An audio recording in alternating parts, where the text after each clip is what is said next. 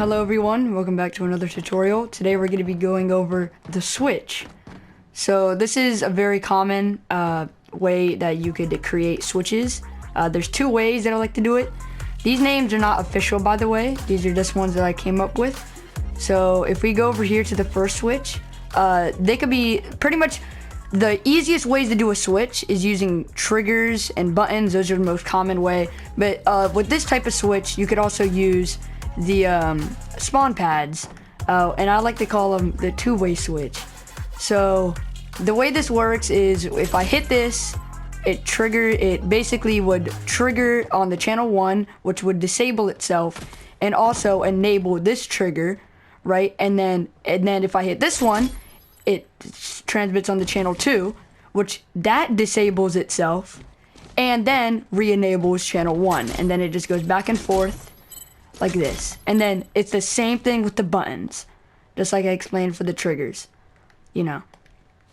And then if we come over here, there's a way to do the spawn. You could also do it with the spawn pad. So it's very simple. A player spawns, it transmits onto a channel, it disables this the spawn pad, and then enables the other one, and then the same thing, it transmits onto a channel on when somebody spawns at the spawn pad, disables itself, and then enables this one, right? So it's like a back and forth.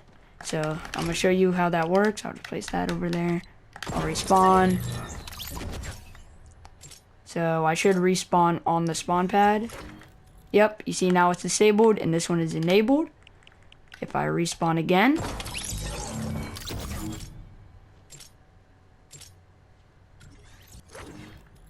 this is now disabled and this is enabled. So it works like that. And then there's another way. This is like the switch. This one is the most complex.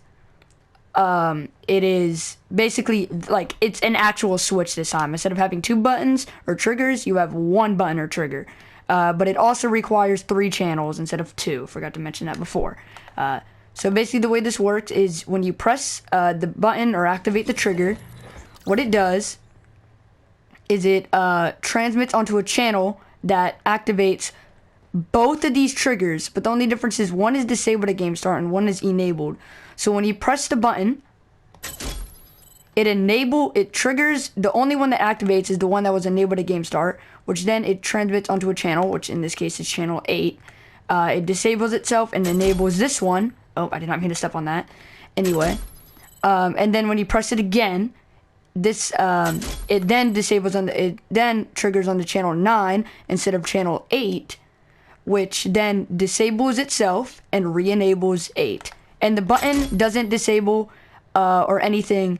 And also one thing that I do recommend using the triggers and the buttons for this one is to have it like at least a 1 second a reset delay, or else people can just spam it and it won't work if they spam it. I haven't really tried spamming it before, but I could possibly like glitch it out.